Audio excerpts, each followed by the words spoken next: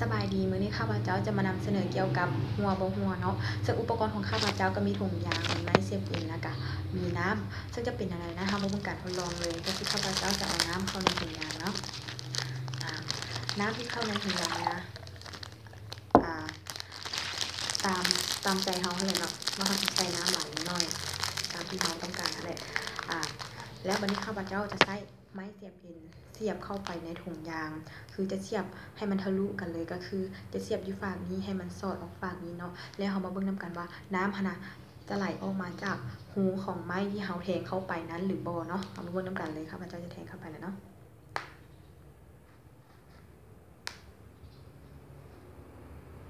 เห็นบอกว่า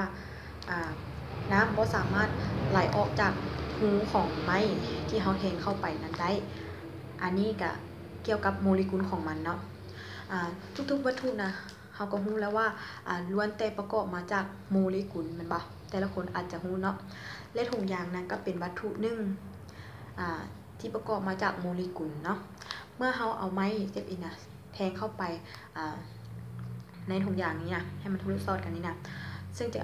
โมเลกุลของถุงยางนี่นะมันจะเกิดมีระยะห่างเนาะจะเกิดมีระยะห่างแต่ระยะห่างดังกล่าวนะมันบ่สามารถขาดออกจากกันได้ก็คือลักษณะของมันก็คล้ายแบบนี้เนาะนี่โมเลกุลของมันจะเกิดมีระยะห่างเห็นปะ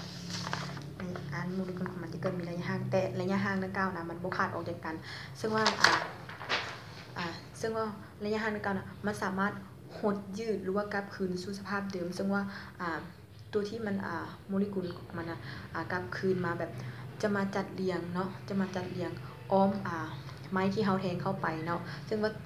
ตัวนั้นแหละจะเป็นตัวอัดหูเพื่อบ่ให้น้ำนะไหลออกมาจากถุงยางตามหูของไม้ที่เฮาแทงเข้าไปเนาะและลักษณะของมันก็คล้ายคือหมากปุ่มเป้ามองเมื่อเวลาเฮาเอาไม้หรือเล็กนะแทงเข้าไปนะ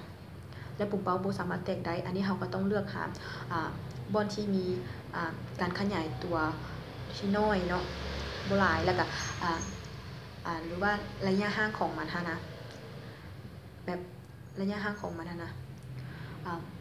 บ่ขาดออกจากกันประมาณนี้เนาะแบบว่ามันบ่มีระยะห่างที่หลายๆจนที่มันบ่สามารถกลับคืนมาสู่สภาพเดิมของมันได้เนาะอันนี้เราต้องเลือกแทง